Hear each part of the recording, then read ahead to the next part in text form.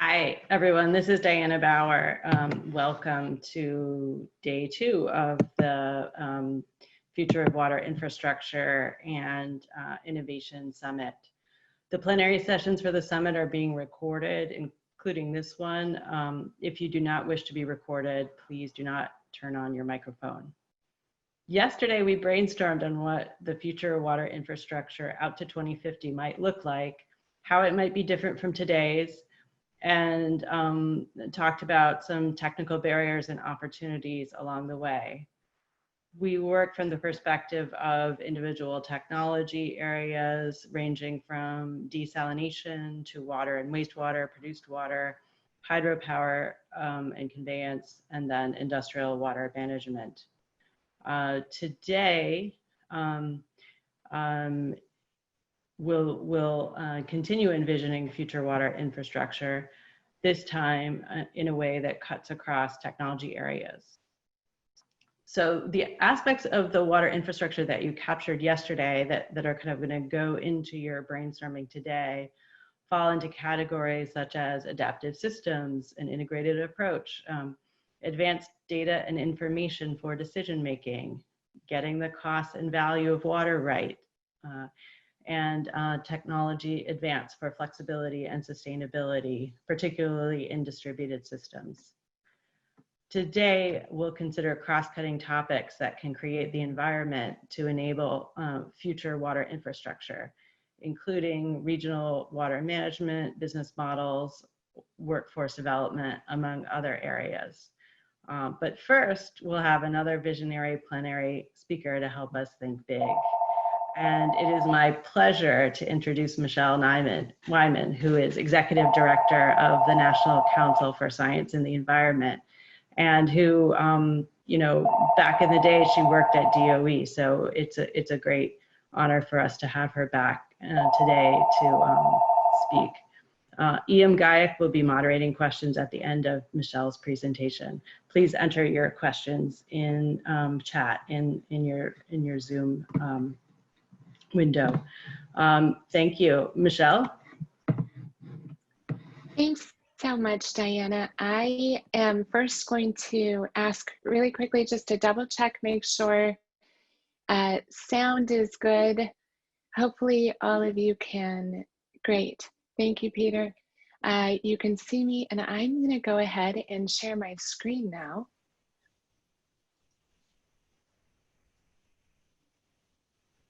Okay, Peter, great. Thank you so much. Well, good afternoon. Warmest thanks to Diana and the Department of Energy. And for those of you who I had the pleasure of working with years back, I appreciate having this opportunity today. I'm so pleased to be with all of you. Given this moment in time and the reality of Zoom fatigue, let's get straight to it. What does the future of water infrastructure look like? What is the vision for what's possible? In 2016, an estimated 4 million Americans did not have regular access to safe drinking water. A recent study out of Michigan State University found that due to the increase in extreme weather events, including acute events like hurricanes and wildfires, and extended events like heat and drought, along with aging infrastructure and other factors, as many as 41 million American households may not be able to afford water and wastewater services in 2022. The pandemic of 2020 has accelerated the risk to already stressed systems and exposed vulnerable communities to COVID-19 at remarkably disproportionate rates. That said, the United States is a resilient and creative nation. Communities that lack water access have shown extraordinary tenacity in the face of challenge, including COVID-19 and before that. In Appalachia, food banks are using atmospheric water generation technology to bring drinking water to those who need it. In rural parts of the South, communities are exploring alternative wastewater treatment strategies. And in California, local organizations are successfully advocating for transformative policy and funding to increase their ability to support underserved neighborhoods. Some of these approaches are interim measures to protect public health during the crisis. Others are intended to bring fundamental systemic changes to deliver long-term sustainable solutions. These communities demonstrate that with dedicated resources, ingenuity, cross-sector partnerships, increased public awareness, political will, and applied science, impacts from water access and quality gaps can be effectively addressed and ultimately closed for good. That's the goal. As the following map shows, in 2014, water stress in certain regions of the US was already chronic and severe. Now, almost a decade later, the situation has only worsened. In this index, you can see watersheds are considered stressed when water demand from power plants, agriculture, and municipalities exceeds 40% of available supply. And this particular index comes out of the National Climate Assessment, the third National Climate Assessment back in 2014. A recent study from Harvard University projects that by 2071, nearly half of the 204 freshwater basins in the United States may not be able to meet their monthly water demand. This is due in part to growing populations, but also because of the effects of a changing climate system. According to this study, in 50 years, many US regions may see their water supplies reduced by a third, even in the face of increasing demand. If true, this will pose serious challenges to the nation's food system, infrastructure, and public health. We could argue that's already happening right now. What can be done to change our trajectory, not only to meet the water infrastructure challenges we face at home, but also those in the rest of the world? We can do more than just manage our progress down this path. We can create our own path and lead the way. To get there, we will need to invest more in scientific discovery and advanced water systems and innovative infrastructure. That's why all of you are here. While AI, digital tech, and other rapidly emerging tools are at various stages of development and deployment, they represent the future of our water systems. We will need to use what we learn to inform durable policies that support these systems and include physical and political resilience. And we will need to deploy advanced technologies that are both scalable and accessible. The pace of scientific research, analysis, and innovation in university labs and the vast academic scientific enterprise is stronger today than ever. So much so, I'd argue that universities, both public and private, are the most wildly underutilized intellectual assets in modern history. They represent vast reserves of science and technological capital whose potential has barely been tapped by decision makers at all levels of government and across industry sectors. However, there are some cities and counties who are leaning into their local and state-based science communities. Accessing the most currently available data and research, they can differently understand changing ecosystems, allowing them to design and execute infrastructure systems and responses with appropriate policy frameworks to support them that avoid, mitigate, and adapt to these changes, potentially turning negative impacts into net benefits. Let's take Sonoma County, for example.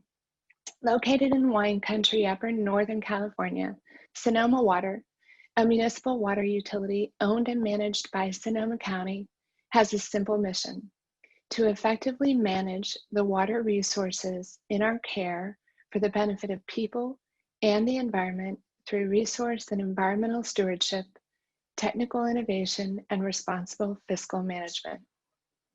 Like most mission statements, this sounds terrific and appropriate for a public utility managing the most important asset in the region, water. The Sonoma County Board of Supervisors and the staff treat their water like the precious commodity that it is.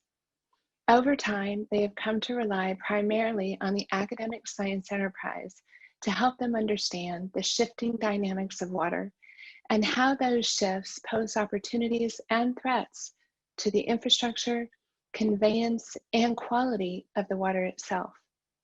In a place where water supplies are both the cornerstone of the local and regional economies and increasingly fragile, Sonoma Water has embraced the leading edge of water science.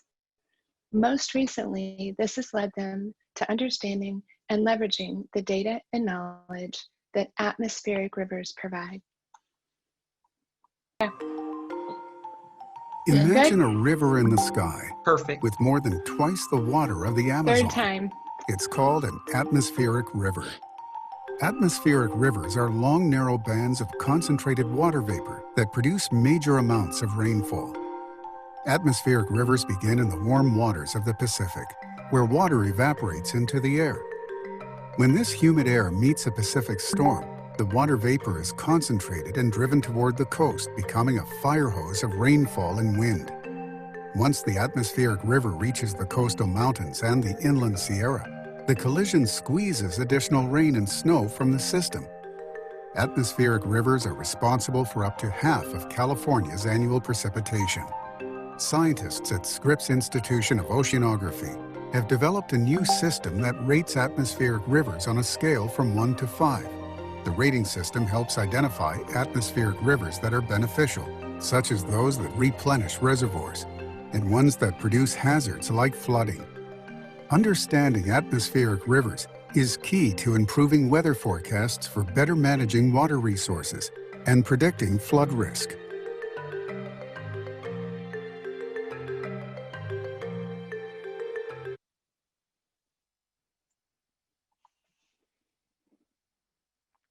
So again, I want to credit Scripps Institute at the University of California, San Diego for that video and the work that they're doing on atmospheric rivers. A couple of years ago, as Sonoma County began to focus on atmospheric rivers and better understand how they can help predict and therefore manage impacts from rainfall, drought, and flooding, the county and water agency engineers teamed up with a cohort of academic scientists from Sonoma State University, UC San Diego, and Colorado State University. NOAA is also a partner on this project, which further enhances the value by linking federal investment and science. Together, they worked to develop the Advanced Quantitative Precipitation Information System that will ultimately serve all 9 counties in Northern California, beginning with San Francisco, to vastly increase their abilities to anticipate and track rainfall and flooding in real time to mitigate risks and impacts and pursue potential benefits resulting in more deeply understood rainfall patterns and surges. Okay, so just to set the table for the next piece, since I didn't realize that y'all couldn't hear it, essentially the focus of this next video is really the result of what Sonoma County and Sonoma Water did together as a result of understanding atmospheric rivers and the data and analysis that they could contribute to these decision makers to better manage both rainfall, flooding, and also drought periods. And this is an effort that was not only from Sonoma County, but also UC San Diego, the Scripps Institute, Sonoma State, and Colorado State University, along with NOAA. So take a look here, and then we'll keep going.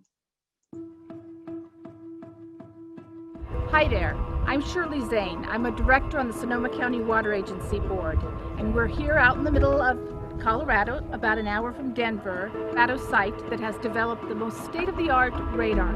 We want to know when those atmospheric rivers hit so we can prepare our communities for floods. So we're taking this state-of-the-art X-band radar and we're bringing it back to California to protect the people who live there. So AQPI is all about improving precipitation monitoring and forecasting in the San Francisco Bay Area, the whole 9-county region, where we're going to put new radars and some surface sites out in the Bay Area. There's going to be a total of 5 radar systems. The type of radars that will be deployed, as I understand, is one C-band radar that is to look long range into the ocean, and then a network of X-band radars in the Bay Area, essentially to measure rainfall. And then that information comes back to Boulder, where we're building the whole, what we call the AQPI system. So when we take the radar data together with the models themselves, we're going to get a better prediction of when and where flooding is going to occur. Instead of getting a forecast update every 6 hours, we want to get it every hour, maybe even less than that. We want to fill in gaps where the National Weather Service radar systems currently are either blocked or they just don't have a good view of what's happening over the urban environment. I'm very, very excited about this project because this new technology will bring very accurate rainfall measurements. Not only that, it will produce rainfall measurements at very high space-time resolution accuracy so that these can be fed into models to all sorts of applications to make decisions. It's all about providing water managers and emergency managers and others the information that they need to deal with flooding, potential flooding impacts, and for water supply management as well. And our goal is to develop spin-off things like applications for your phone that can say, stay away from Route 101 between these two areas because we expect flooding in the next hour. So we see benefits here for transportation and other sectors of the economy as well.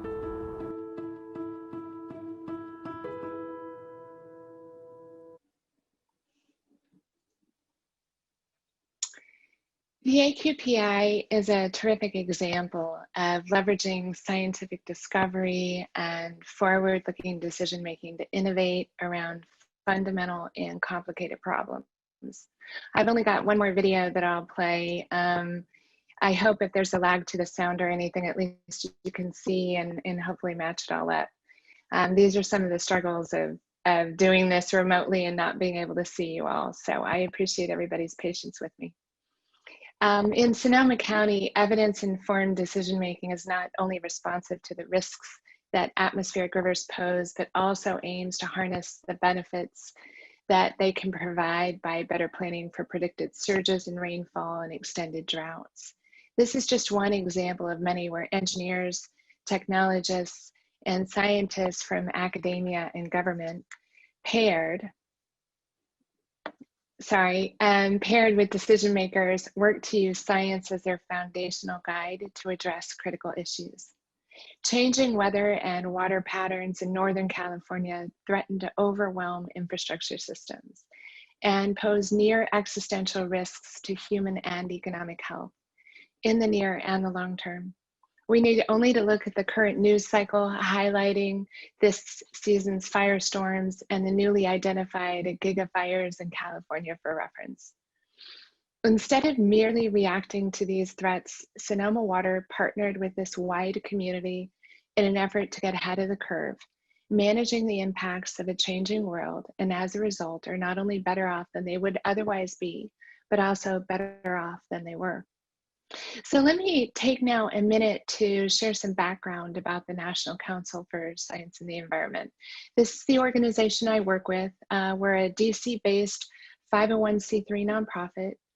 Our mission is to improve the scientific basis of environmental decision-making. We were established in 1990, just over 30 years ago. And the community that we work with is vast. We are inclusive, we are nonpartisan in our work. As you can see here, not a technical graphic, but an important one. We really do engage across the science enterprise, not only with academia, although higher education is our core, kind of first tier in our community, but also with multilateral institutions around the world, with industry leaders ranging from Tesla to Wells Fargo, and very specifically with federal agencies. We have longstanding relationships with DOE, NOAA, NASA, USDA, and so on. And we work together to accelerate the use and access of science to inform durable, resilient environmental decision-making at all levels of government. Every year, and it might be the thing, if you haven't heard of NCSC before or very often, most everyone knows about our annual conference. This January, it'll be the first time that we're all virtual, as many are. We have partnered with Project Drawdown, and the theme of the conference is Research to Action, the Science and Solutions to Respond to a Planet Under Pressure. Water and infrastructure will be primary areas of focus during the conference. Similar to this summit, it'll be a series of 5 days with a combination of recorded, pre-recorded, and live presentations by scientists from not only the United States, but all over the world. Given the increased interest in science collaboration to solve today's complex global environmental challenges, the runway for innovation is long and inviting. Case in point, at the global level is the framework of the UN Sustainable Development Goals. NCSE works closely in partnership with the United Nations, most especially the UN Environment Program. The United Nations Sustainable Development Goals are a collection of 17 interlinked goals designed to be a blueprint to achieve a better and more sustainable. Hold on one second. Okay, I'm getting tips from everyone on how to make this video better, so bear with me. The SDGs are a blueprint to achieve a better and more sustainable future for all. Set in 2015 by the UN General Assembly and intended to be achieved by the year 2030, the SDGs are part of what was embedded in a UN resolution called the 2030 Agenda, and the targets in the SDGs are all set to be achieved by 2030. The SDGs serve as a universal guiding framework for the future, looking at the spectrum of global challenges ranging from poverty and education to air and infrastructure. Widely recognized by people around the world working in a diversity of sectors, the SDGs are global in context. However, the targets embedded in each of the 17 goals require evidence-informed local action. When it comes down to it, the local to global dynamic is an ongoing loop, presenting challenges and opportunities that prompt science-informed policy responses and solutions with innovators and leaders to ensure the world's ecosystems and its most vulnerable populations survive and ideally thrive. SDG 6 covers drinking water, and you can see this here on the slide, sanitation and hygiene, wastewater and water quality, water use and scarcity, integrated resources management, and water-related ecosystems. While substantial progress has been made in increasing access to clean drinking water and sanitation, billions of people, mostly in rural areas, still lack these basic services, including in the United States, most especially Indian country. Today, more than a third of the world's population does not have access to safe drinking water, and 2 out of every 5 people do not have access to a basic hand-washing facility with soap and water. Water scarcity affects more than 40% of the global population and is projected to rise. Over 1.7 billion people are currently living in river basins where water use exceeds recharge. More than 80% of wastewater resulting from human activities is discharged into rivers or seas without any pollution removal. Approximately 70% of all water extracted from rivers, lakes, and aquifers is used for irrigation. So what can we do? How do we keep the staggering realities that I've just iterated from paralyzing progress? I want to share this next video. It's brief. It's a story of hope and the application of technology that solves an all too common problem on the ground, not only in Nigeria, but in many places around the world. And I think it's important to share this because it also helps us remember, and you remember as the innovators, how important your discoveries and innovations are, particularly when they can be scaled, when they're accessible, when they're replicable.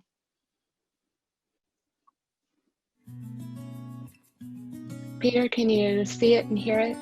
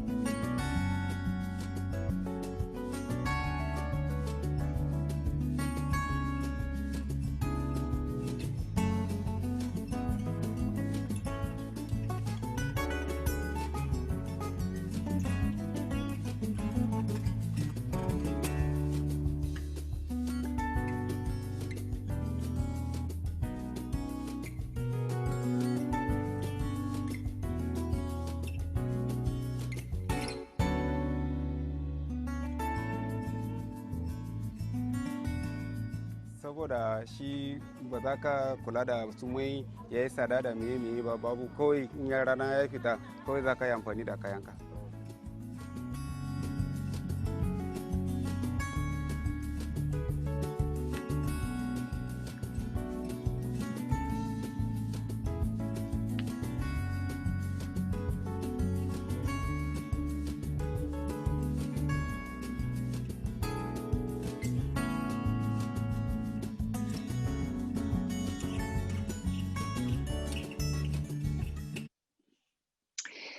Saina offers an example of the power of one and helps us imagine what's possible when innovative technologies, again, are replicable, scalable, and accessible.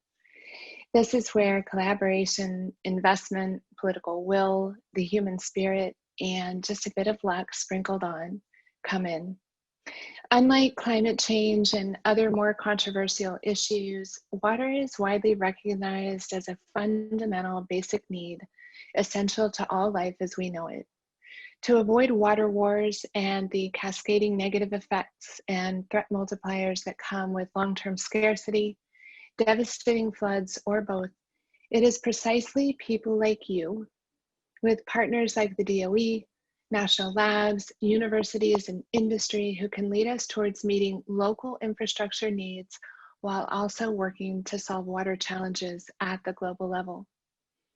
This sounds grand and maybe even unattainable. However, you're doing it now, and you can see by the example that we just saw in Nigeria with Saina, things can scale in both directions and across all ways. Yesterday and today, you will have heard some of the leading water infrastructure innovations, and you'll wrap up the summit today with an eye towards what's possible and what's necessary to achieve a water future that is secure, stable, and accessible for everyone. Thomas Edison famously said, "Genius is 1% inspiration, 99% perspiration." Humble thanks for your attention today and for your patience with me and my tech issues. And most of all, thank you for your inspiration, perspiration, and especially your genius. Thank you so much. Thank you so much, Michelle. At this point, we have an opportunity to ask Michelle Wyman questions from the audience. And so if you have questions, please go ahead and put them into the Zoom chat off to the right or below. We have a first question for you.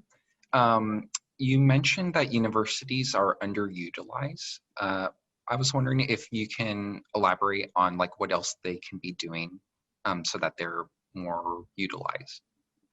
You know, it's an interesting way to think about that, the way that you just asked the question. I think that the university science enterprise, and a number of you on the line right now may be from universities, are eager, interested, and honestly hungry to be more engaged.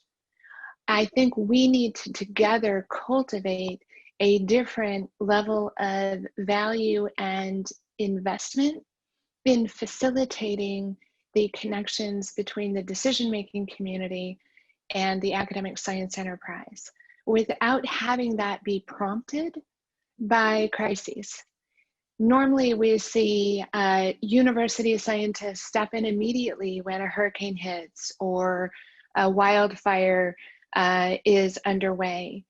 I think what we're trying to do at NCSC is to facilitate long-term trusted relationships and purposeful opportunities for engagement between, again, local universities and local decision makers as a starting point to create those ongoing opportunities where science can actually be in service to innovation and accelerated decision making that's more durable and more forward-looking, not just happening, you know, in the frame of crisis management.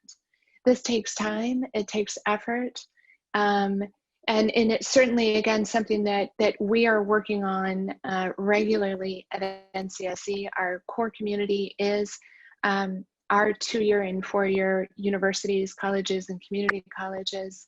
And we work very closely with local, state, and federal government colleagues, but really trying to create long-standing relationships and connections between the decision-making community and the science enterprise is the focus of our work. So if you all have suggestions, interest, appetite, please reach out to me. And depending on where you are, we probably already have something that's in slow, early simmer stage. And we'll see a lot of that emerging over the coming years, particularly starting with this conference. It's the last thing I'll say about this. We're really working hard to bring the action part of our mission to life. In other words, to actually making those connections and facilitating long-term relationships in science exchanges between decision makers and universities. Let me see. Do we have any more questions in chat that anyone would like to ask? I know I have a few myself, but I don't want to hog all the time that we have. I was curious while we're waiting for questions to come in through the chat, if you might be able to speak as to like workforce development in the context of what you had just spoken about. Yeah, absolutely. We have been putting together in partnership. I'm kind of giggling because Sonoma County, they're such a forward-looking small local government with incredibly profound ambition. We've been working together with them on a local government program here domestically called Applied Solutions that engages cities and counties and connects them to local universities, public and private, and community colleges. The AQPI example was a really solid example of how we're a part of that. Specifically, however, we have initiated something called the Applied Solutions Science Corps, which is an early fellowship program for high achieving college students and graduate students to place them in externships for immersion experiences in local governments to help them work on some of the current challenges that they face where science can really be a primary service to helping them solve and better manage the way that they're dealing with those problems locally.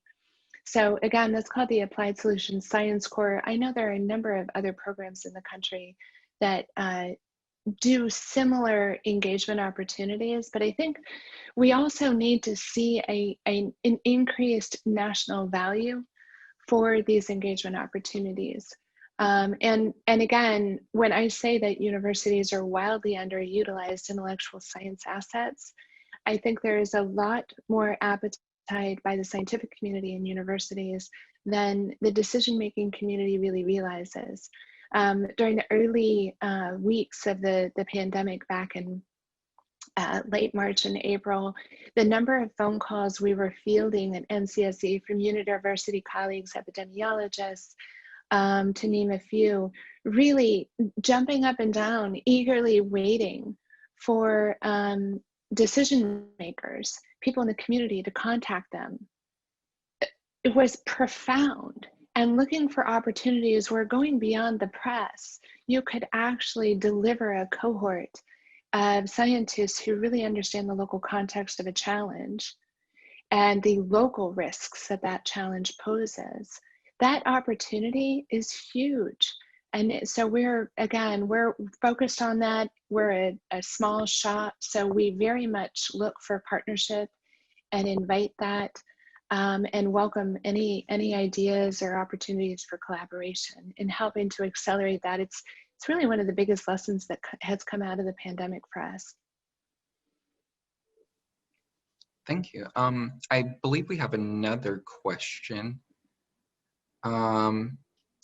So the Nigeria video illustrated a trend we also saw in telecoms with this Africa leapfrogging large centralized infrastructure and going directly to modular distributed systems. Do you see other examples of distributed water generation and supply? You mentioned atmospheric water generators used in Appalachia. Any other examples? Oh gosh, you know, honestly, I think that those of you, I would almost put that question back to all of you as a challenge and an invitation to think about how we could, and Diana, maybe we think about this even within DOE, how we can begin to collect these kinds of knowledge repositories where you can go and immediately look for examples, understand the currency of those examples, when they've been executed, where they are on the ground, lessons learned, who's leading them, what the capital cost was, how they were financed.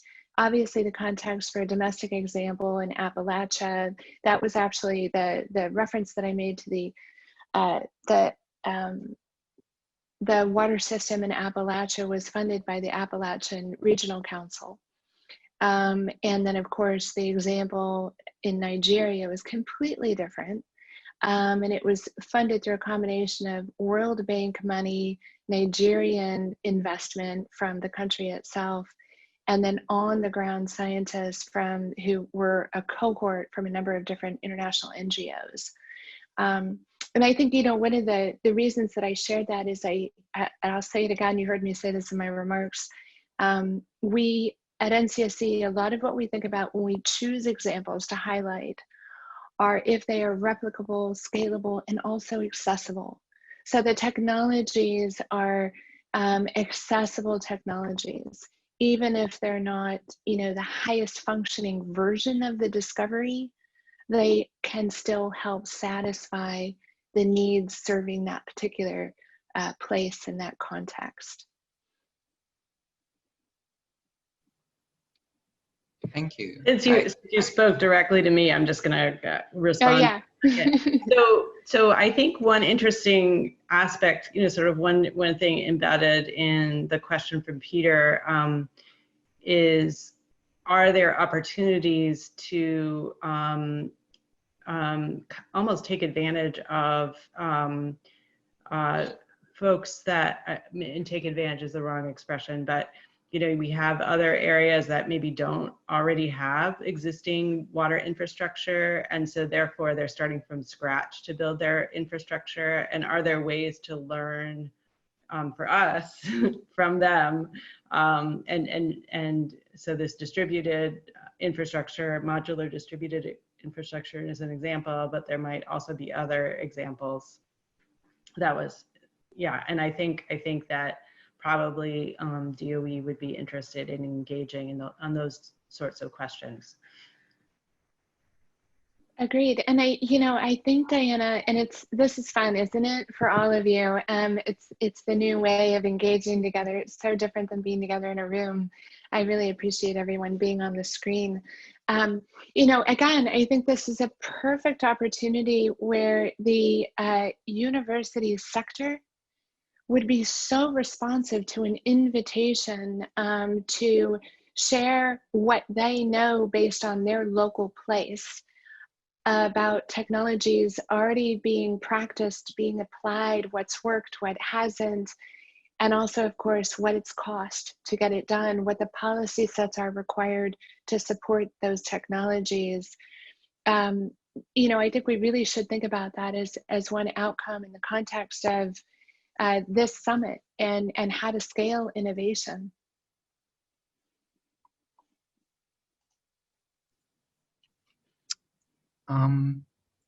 Let me see. So I think we have time enough for maybe just one or two more questions. And I see that we got a rather long one in the chat window. So I'm going to go ahead and read it, and maybe we can see if we might be able to answer that one. I am in Florida and we are facing water supply challenges. The city I work in is looking at an integrated approach to water management. Alternative water supplies are being investigated in our region, but they really just seek a sole source without multiple benefits. The NOAA technology for tracking flooding really spoke to me. Are there any green infrastructure projects happening now due to this? What type of funding is out there for funding technology and possibly funding options or partnerships for large scale green infrastructure projects?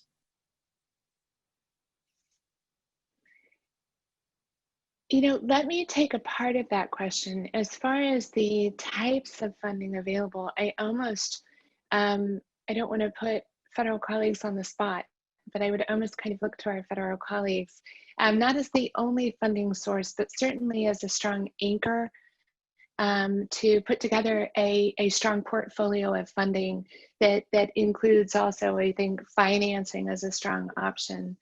As far as green infrastructure, you know, I don't know where they are right now in Sonoma. I will tell you that their, you know, just to kind of share this story a little bit, their relationship to atmospheric rivers and the understanding of what atmospheric rivers represented to their abilities to differently think about water management in their part of the state started several years earlier. And they have been, you know, as they've continued to deepen their knowledge of the science of atmospheric rivers, it's almost as if it's been a vortex. I think if they were on the line with me, they would describe it like this, bringing in additional partners, both scientific partners and also funding partners, and increasingly investors that are seeing this as an opportunity to play around with different additional technologies that can help scale some of the positive sides. Once you understand that atmospheric rivers are occurring, how can you then manage water flows? How can you anticipate and then use rainfall as a net positive? And this entire piece, the reason I wanted to highlight it for all of you all, really started with one person down at Scripps who'd been sitting in his lab studying this, and he happened to be good friends with somebody up in Sonoma. And I think as great as that is, that's precisely what we need to shine a light on. And I think, Peter, you put this in the chat.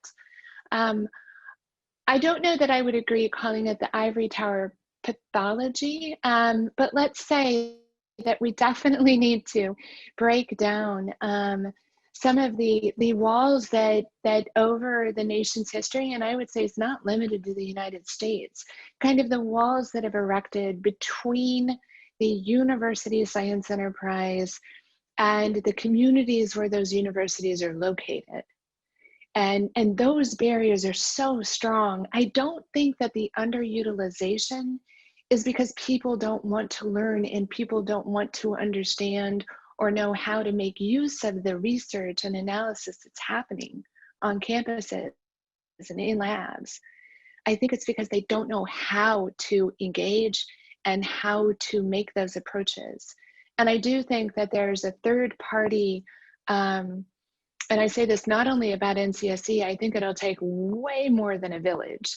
I think there needs to be one societal value for science across the board, particularly the use of science to inform durable decision-making in service to the environment, in service to public health, in service to the economy. I also think that there needs to be an appetite that we, those of us in the shared space that we have between us all, the value for science, the value for innovation, we need to push that value. It can't be a passive undertaking. We actually, right now, and Erica Goldman is on the line with me. She's our deputy director. She and I have been holding a series of science dialogues where we bring together decision makers with university scientists. And we help them understand and build a relationship around tricky issues that we're all dealing with: water scarcity, extreme weather events, infrastructure, readiness, and understanding that policy language is not science language, but it doesn't mean that they can't talk to each other. So there's a lot of work to do. But again, Peter, respectfully, I would say the pathology is not necessarily an ivory tower limitation. It's a limitation that we need to solve together as society. We need to just open up and create safe spaces to ask questions of any kind. Take into account, I'm not a scientist and I run a science society, right?